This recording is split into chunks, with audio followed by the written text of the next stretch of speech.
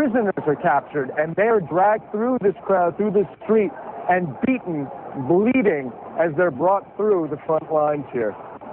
Aisha? Ivan, stand by for us once again to our viewers who are just joining us. We want to show you the scenes there in Tahrir Square, which has been a focal point for protests for the last 9 days in Cairo, Egypt.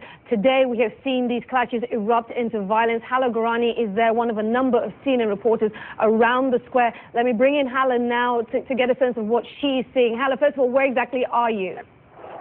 Well, I'm right overlooking Tahrir Square once again. I was in the middle of it all just a few hours ago when verbal taunts and insults turned into physical clashes. We saw rocks being thrown. We saw pieces of metal being thrown. One of our producers there also filming a man who was hit in the head with blood gushing out of his forehead. We're now seeing battle lines clearly drawn in Tahrir Square, where there are the pro-government, pro-Mubarak, whoever they are, whoever called them out, sort of charging slowly in some cases and then retreating. We have a few military vehicles keeping them from advancing much further. But right now, we're seeing, as Ivan reported there, some clashes in a part of the square that I'm not able to see. From where I am standing right now, I'm seeing people slowly sort of moving into the clash area and definitely projectiles thrown. We're seeing a few military vehicles here, a few APCs, a few tanks, as we observe the scene, but no direct military involvement apart from some tear gas being thrown and from shots being fired just a little while ago. I have not heard shots fired in the last 30 to 45 minutes, however.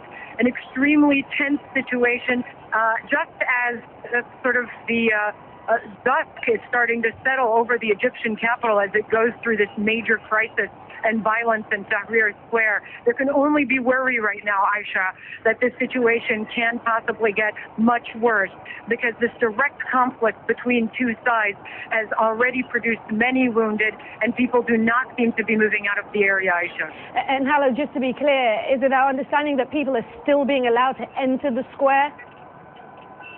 Can you repeat that? I didn't hear the question. Is it our understanding that people are still being allowed into the square to join the masses that are already present? Okay, we are starting to see a charge out of the square on the pro-Mubarak side of the protest. It's difficult to tell why. It's difficult to tell whether it's tear gas, whether it's military presence that is sort of pushing away some of the protesters.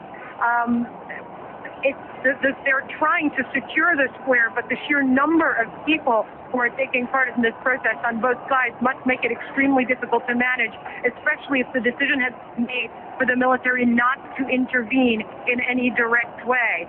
I'm not aware of any active, if you like, strategy to keep people out of the square at this point. There are many around it, and there are many thousands in it, and